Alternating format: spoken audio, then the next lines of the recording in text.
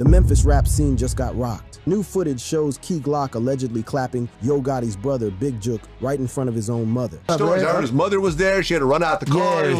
This isn't just another street beef, it's a full-blown war, and there's no turning back now. In this video, we're breaking down the Memphis street drama and why things are only getting more dangerous from here. The deadly beef and tragic fallout. In the crazy world of Memphis trap music, a straight-up savage beef between two heavyweight squads has left bodies dropping, with rumors and speculation still buzzing through the streets. The blood feud between Young Dolph's Paper Route Empire and Yo Gotti's collective music group stands as one of the most devastating beefs in recent hip-hop history, leaving multiple shootings, bodies, and a legacy of street justice that has the whole industry shook. As new receipts emerge from witness testimonies and police investigations, the full picture of what went down in this deadly rivalry becomes both clearer and more disturbing with each passing day. At the heart of this story is the shocking murder of Young Dolph, born Adolph Robert Thornton Jr., who caught 22 shots on November 17, 2021 at Makita's Homemade Butter Cookies in Memphis. The 36-year-old trap star, respected in his hood for both his music and giving back to the community, was just trying to cop some cookies when two masked shooters pulled up in a white Mercedes-Benz and let it rain, leaving the scene with Dolph face down in a pool of blood. But this wasn't just some random act of violence. The roots of this beef stretch back for years to a business move that would spark a chain reaction ending with multiple caskets and countless tears. To really understand the gravity of this street saga, we gotta take it back to how this deadly beef popped off. The whole situation jumped off around 2014 when Young Dolph, who was steadily building his buzz in the streets, curved an offer to sign with Yo Gotti's CMG label. In a 2014 Vlad TV interview, Dolph showed respect for Gotti reaching out but made it clear he was on his own wave, determined to stay independent and build his own empire. What should have been just business quickly turned personal, with Gotti allegedly taking the rejection as disrespect. The tension between the two camps started heating up in February 2016 when Dolph dropped his project literally titled King of Memphis, which peaked at number 49 on the Billboard chart. The title alone was seen as direct shots at Yo Gotti, who had been calling himself the King of Memphis for years. Around the same time, Dolph took to Twitter saying, "Bra went from being my #1 fan and wanting to sign me to being my biggest hater," putting Gotti on blast without saying his name. Things went from social media shots to real street activity when Black Youngsta, one of Gotti's CMG soldiers, went viral for pulling up to Dolph's hood in South Memphis with a squad of armed goons. Youngsta posted an Instagram video threatening to slap Dolph before the pull-up, though no actual fade happened during the confrontation. Youngsta followed this up by dropping Shake Some, a diss track questioning if Dolph was really from Memphis. Gotti tried to play it cool, telling Youngsta to fall back during a March 2016 Tim Westwood interview, but Dolph wasn't buying it. Through Instagram clips, Dolph accused Gotti of being the puppet master behind Youngsta's moves, suggesting the label boss was too scared to confront him directly. The beef reached its boiling point in 2017 through a series of increasingly disrespectful diss tracks. In February, Dolph dropped Play With Yo B********, coming at Gotti's neck with personal shots, including references to the mother of Gotti's child. Making it even more disrespectful, the track's video featured a Gotti lookalike, basically saying, "I ain't scared of you." Gotti clapped back with Don't Beef With Me, featuring Youngsta and Moneybagg Yo, sending subliminal threats without directly naming Dolph. But this rap beef soon escalated from wax to actual gunplay. On February 25, 2017, while in Charlotte, North Carolina, shooters sprayed Dolph's bulletproof SUV with over 100 rounds. Due to his armored whip, Dolph walked away without a scratch and performed Play With Yo B******* that very night, flexing that the ops couldn't touch him. Black Youngsta and two others caught charges for the shooting, but they were dropped in 2019 because the cops couldn't build a solid case. The violence didn't stop there. On September 26, 2017, Dolph caught 3 shots outside the Lowe's Hollywood Hotel in Los Angeles after a heated argument turned into gunfire. He had to get emergency surgery but bounced back after 2 weeks of recovery. Early reports named Gotti as a person of interest since he was staying at the same hotel, but the LAPD eventually cleared him. Corey McClendon, known to roll with Gotti, was booked but later released with no charges. Dolph flipped these attempts on his life into street credibility and music moves, dropping Bulletproof in April 2017, which hit number 36 on Billboard, with the lead single 100 Shots directly referencing the Charlotte shooting. Between 2018 and 2021, the beef seemed to cool off publicly, with both artists focusing on their bags. Dolph's Rich Slave project in 2020 reached number 4 on the Billboard 200, and he was putting on for artists like his blood cousin Key Glock. Then came November 17, 2021, the day Memphis and hip-hop would never forget. According to witness accounts, Young Dolph pulled up to Makita's Homemade Butter Cookies in Memphis when 2 masked shooters hopped out of a stolen white Mercedes-Benz and lit him up with 22 bullets. With no security present, Dolph was pronounced dead on the scene. 4 suspects were eventually identified: Justin Johnson, Cornelia Smith, Hernandez Govan, and Jamarcus Johnson, who took a plea deal as an accessory after the fact. The fallout from Dolph's murder was massive. Memorials popped up across the city, fans held vigils, and his family laid him to rest on November 30th, 2021 at Calvary Cemetery after services at First Baptist Church. The city renamed a street near his childhood home to Adolph Young Dolph Thornton Jr. Avenue and lawmakers even proposed making November 17th the Adolph Thornton Day of Service to honor his commitment to giving back to the hood. Fast forward to September 2024, when Justin Johnson's trial finally kicked off, bringing explosive revelations that would add a whole new chapter to this tragic saga. During the trial, prosecutors dropped a bombshell, alleging that Anthony Big Jook Mims, Yo Gotti's big brother and a major player in CMG, had put a $100,000 bag on young Dolph's head. According to Shelby County Deputy District Attorney Paul Hagerman, Big Jook orchestrated the hit through Hernandez Govan, who recruited Cornelia Smith and Justin Johnson to carry out the murder. Smith told the jury that Govan laid out the deal, $40,000 each for Smith and Johnson, with Govan pocketing the remaining $10,000 from Big Jook's bounty. On top of the cash, Johnson was allegedly promised a deal with CMG, dangling both money and a career come-up as motivation. Smith's testimony was straight out of a street movie. He admitted to being one of the trigger men and identified himself and Johnson on surveillance footage from the cookie shop. Smith testified that after they bodied Dolph, he and Johnson FaceTimed Big Jook to confirm the hit was complete, spelling out DOLPH to let him know the job was done. They were supposedly trying to claim the promised bag, though Smith said he only got $800 before the police caught up with him in January 2022. The jury saw the actual surveillance footage of the shooting, with prosecutors painting a cold-blooded picture of the murder. It's so quick, and we watch it and we call it violence. That's a man with a family and with a life who's laying at the edge there in the yellow. Hagerman described how the shooters treated Dolph's life as just business, contrasting their callousness with the devastating human loss. Riddled with bullets, dead. We watch that and we call it violence. For Cornelia Smith and for Justin Johnson, it was just business. Johnson's defense team wasn't having it. His lawyer, Luke Evans, tried to poke holes in Smith's story, claiming he was capping to save his own skin. Evans painted Govan as a manipulator who was using Johnson for his own profit, trying to secure a big cut of any success Johnson might have had as a rapper. You like to exploit young rappers, like Mr. Johnson. He brings no skill to the table, but you're going to hear testimony about how he intended. It was his sole mission to get a 30 to 60% piece of Mr. Johnson. The jury wasn't convinced by the defense. On September 26, 2024, they found Justin Johnson guilty on all counts, including first-degree murder, conspiracy to commit first-degree murder, and being a felon in possession of a strap. The judge handed down a life sentence for the murder charge, with additional time for the other charges to be decided later. But there's another tragic twist to this already complicated story. In what many see as street justice, Big Jook himself was gunned down on January 13, 2024, months before the trial where his name would be all over the evidence. Memphis police described it as an assassination-style slaying outside Perignon restaurant. This happened before he could respond to allegations about his role in Dolph's murder, adding another layer of mystery to the case. According to reports, Big Jook caught multiple hollow tips outside the restaurant shortly after attending a repast following a family funeral. A cop in the area heard the shots and found Big Jook and another man both hit multiple times. Big Jook was pronounced dead at the hospital, while the other victims survived. Yo Gotti's brother, Big Jook, got killed after leaving a funeral. And from what I understand, different stories. I heard his mother was there. She had to run out the car.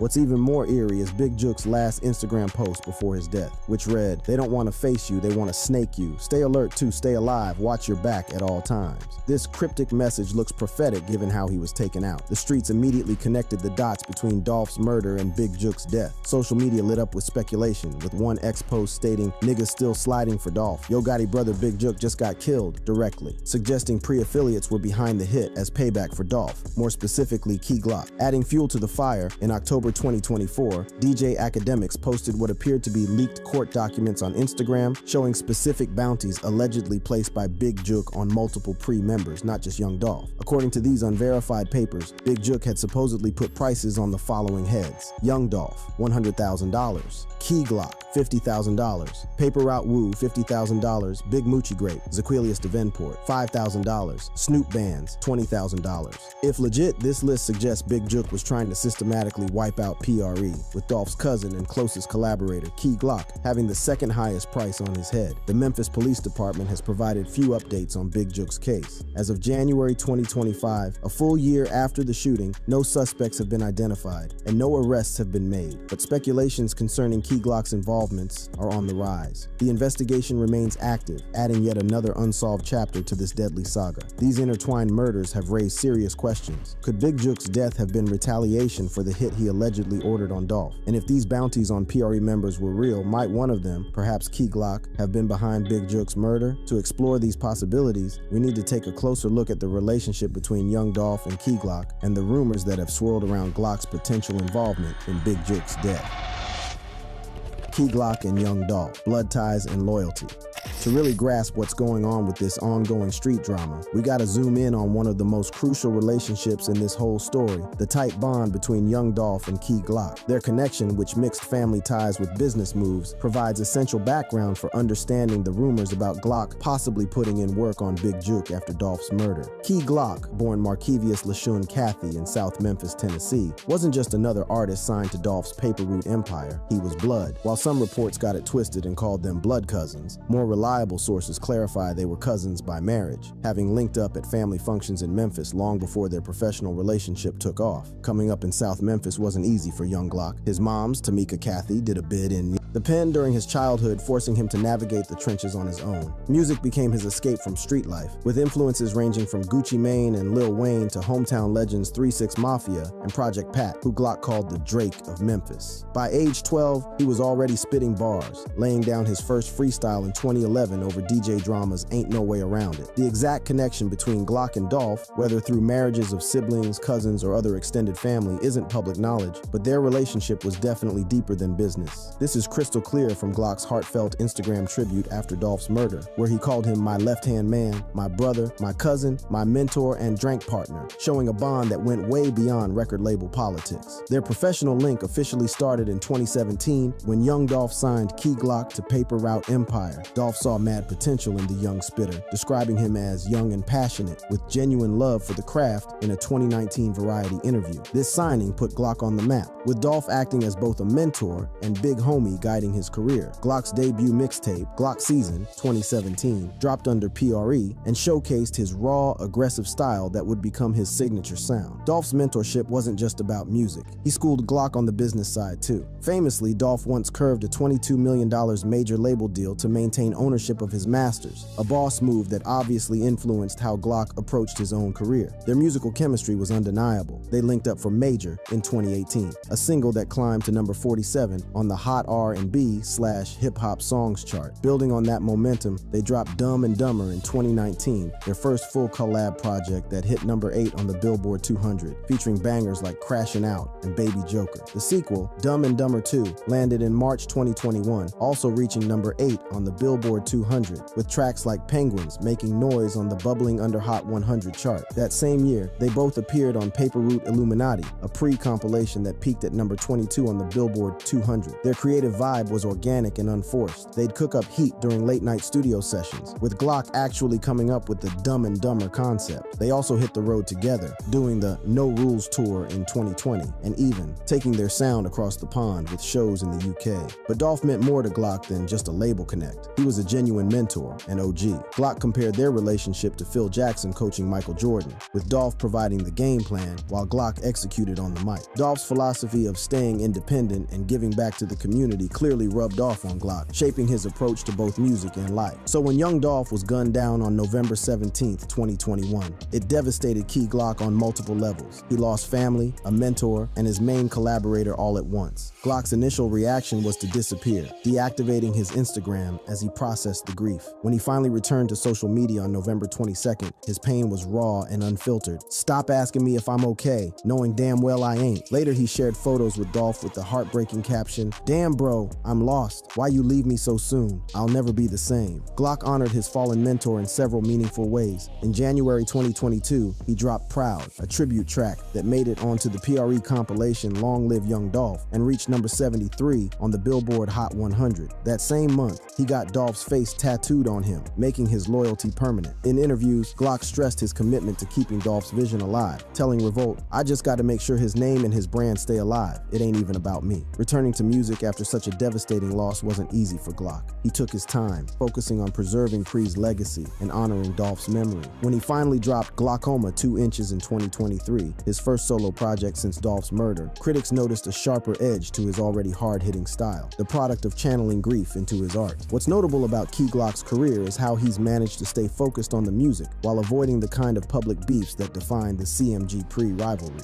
Unlike many artists who get caught up in industry drama, Glock has kept a relatively low profile when it comes to conflicts, with his legal issues limited to 2 arrests, a 2019 incident in Miami and a 2024 case in Atlanta, both involving weed and firearms, but nothing connecting him to violent incidents like Dolph's murder. This context is key for understanding the rumors that later popped up about Glock possibly being involved in Big Jook's death, given how close Glock was to Dolph, and considering the alleged bounty Big Jook placed on both their heads, speculation about Glock seeking revenge was almost inevitable. The rumors linking Key Glock to Big Jook's murder primarily spread through social media. Key Glock's arrest in Atlanta on March 28, 2024, for weed and gun possession related to outstanding warrants, with some insiders allegedly claiming it was for Big Jook's murder, according to official reports. This arrest, which Glock actually live-streamed on Instagram, started as a simple traffic stop for tinted windows but escalated when cops found about 3.5 grams of loud, some straps, and discovered Glock had 2 open warrants. The timeline itself raises doubts about these allegations. Big Jook was bodied on January 13, 2024, while Glock's Atlanta arrest came more than 2 months later, on March 28, 2024. If Glock was actually under investigation for a high-profile murder, it's highly unlikely he would only be booked on minor charges during this period. Moreover, the alleged bounty list shared by DJ Academics in October 2024 actually positions Key Glock as a target, not a shooter. According to this unverified document, Big Jook supposedly put a $50,000 price on Glock's head, suggesting CMG viewed him as a threat to be eliminated rather than as a potential aggressor. The rumors about Key Glock putting in work on Big Jook are slightly believable. His deep connection to Dolph could theoretically provide motivation for retaliation. After Dolph's death, Glock stepped up to lead PRE, dropping projects like Long Live Young Dolph and supporting other artists on the roster. This dedication to continuing Dolph's vision suggests Glock is more focused on building rather than destroying, honoring his cousin through success. The bigger picture here goes beyond individual artists.